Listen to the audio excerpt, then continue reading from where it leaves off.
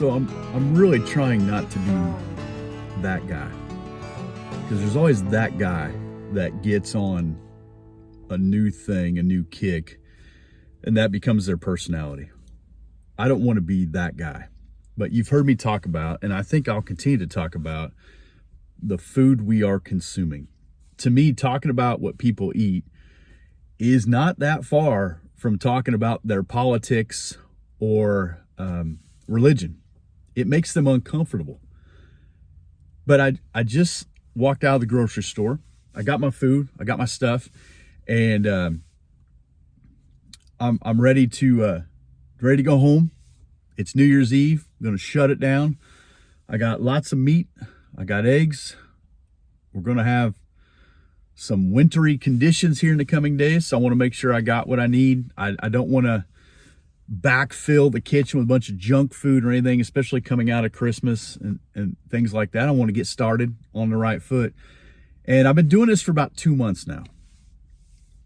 And when I go into the store, I don't know a whole lot about food, okay? I'm not a dietitian. Nobody's looking at me going, Jarrett, give me the tips. I'm just a regular guy. I'm ignorant to a lot of this stuff. However, in the last couple of months, I just learning, okay? My father-in-law had told me 20 plus years ago, always remain teachable. And that's what I'm trying to do.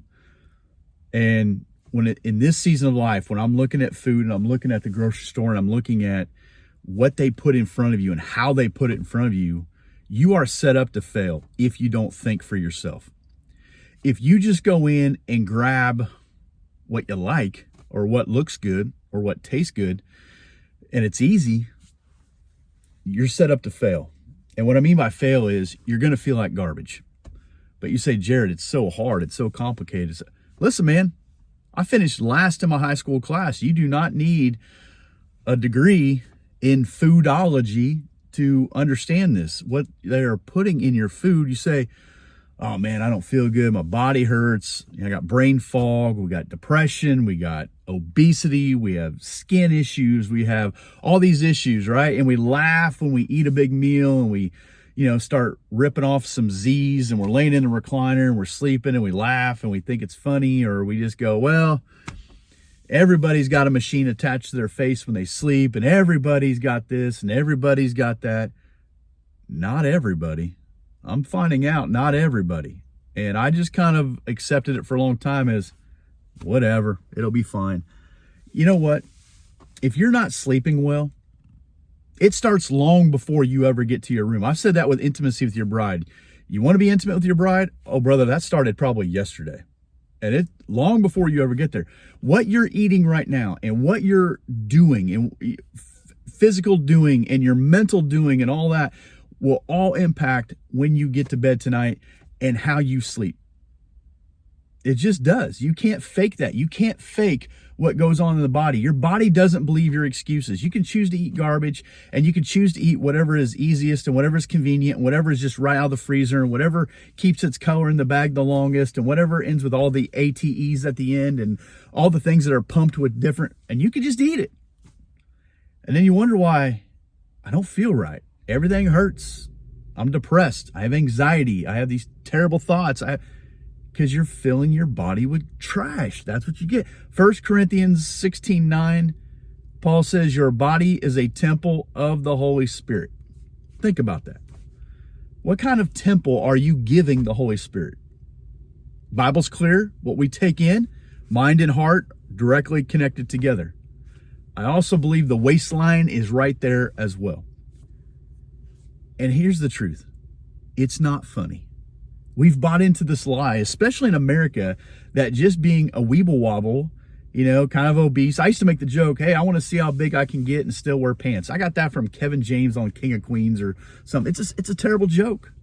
Because what you do is you become a detriment to the people around you. You can't stand as long. You're not awake as long. You can't do anything physical without having to catch your breath or sit down. Or I don't want to be the guy that people have to accommodate because I've made terrible, selfish decisions for 20, 30, 40 years of my life, and now I just can't. No. Don't, you know what? The Lord may cause things to happen to us, physical things to happen to us, and we just can't be what we were. That's going to happen. But don't do it because we're lazy or because we consume a bunch of garbage. It is not that hard to eat well. It's really not that hard if you just break it down and make it simple. Like, get as close to the source as possible, as close to the earth as possible, right? I've said I'm animal based, right? So I'm eating protein, I'm eating meat, eggs, cheese, like the good block cheese, Kerrygold, the good butter, the Kerrygold butter, honey, the local honey. You have local honey where you're at. Some fruit and vegetables. That's what I eat. Water, coffee and water. Coffee in the morning, water the rest of the day.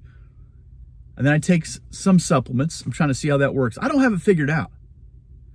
But I'll tell you what, a guy who was absolutely lazy, absolutely ignorant, absolutely lacked all the skills when it came to anything to do with what he consumed, in 2 months, it is eye-opening. And not only has it been eye-opening for me, but over the course of time, we're making those changes within our house. And I know that's the hard part. If you live with other people, that's always the hard part. You can keep digesting sugar and junk, and there's probably a place for that. There's probably a place for that. For me, the next window where I'll probably eat stuff that I normally would not eat will be the Super Bowl. Super Bowl Sunday. I will eat that. But between now and then, I don't need that stuff. I don't need a reward for having a hard day. I don't need a treat. I don't need to feel better. You want to feel better? Go to bed. You want to feel better? Drink some water. Fry up some steak and eggs. You want to feel better? Do something that's actually better. Because that carton of ice cream, the box of Little Debbie's, the whatever I've done it all. I understand that. And I made excuses for it all. And I really didn't care what anybody told me. And I know that when I talk to people, you can tell glassy-eyed, they don't care. And they're like, who are you? I know. I'm nobody. I promise. But it will change so much in your mental and your physical outlook. It is alarming if we'll just consider it. What are you actually putting into your body? And in turn, what is it doing to you? I told my wife, I said, it just can't be like this. I was telling her this for weeks, if not months. This can't be what it is.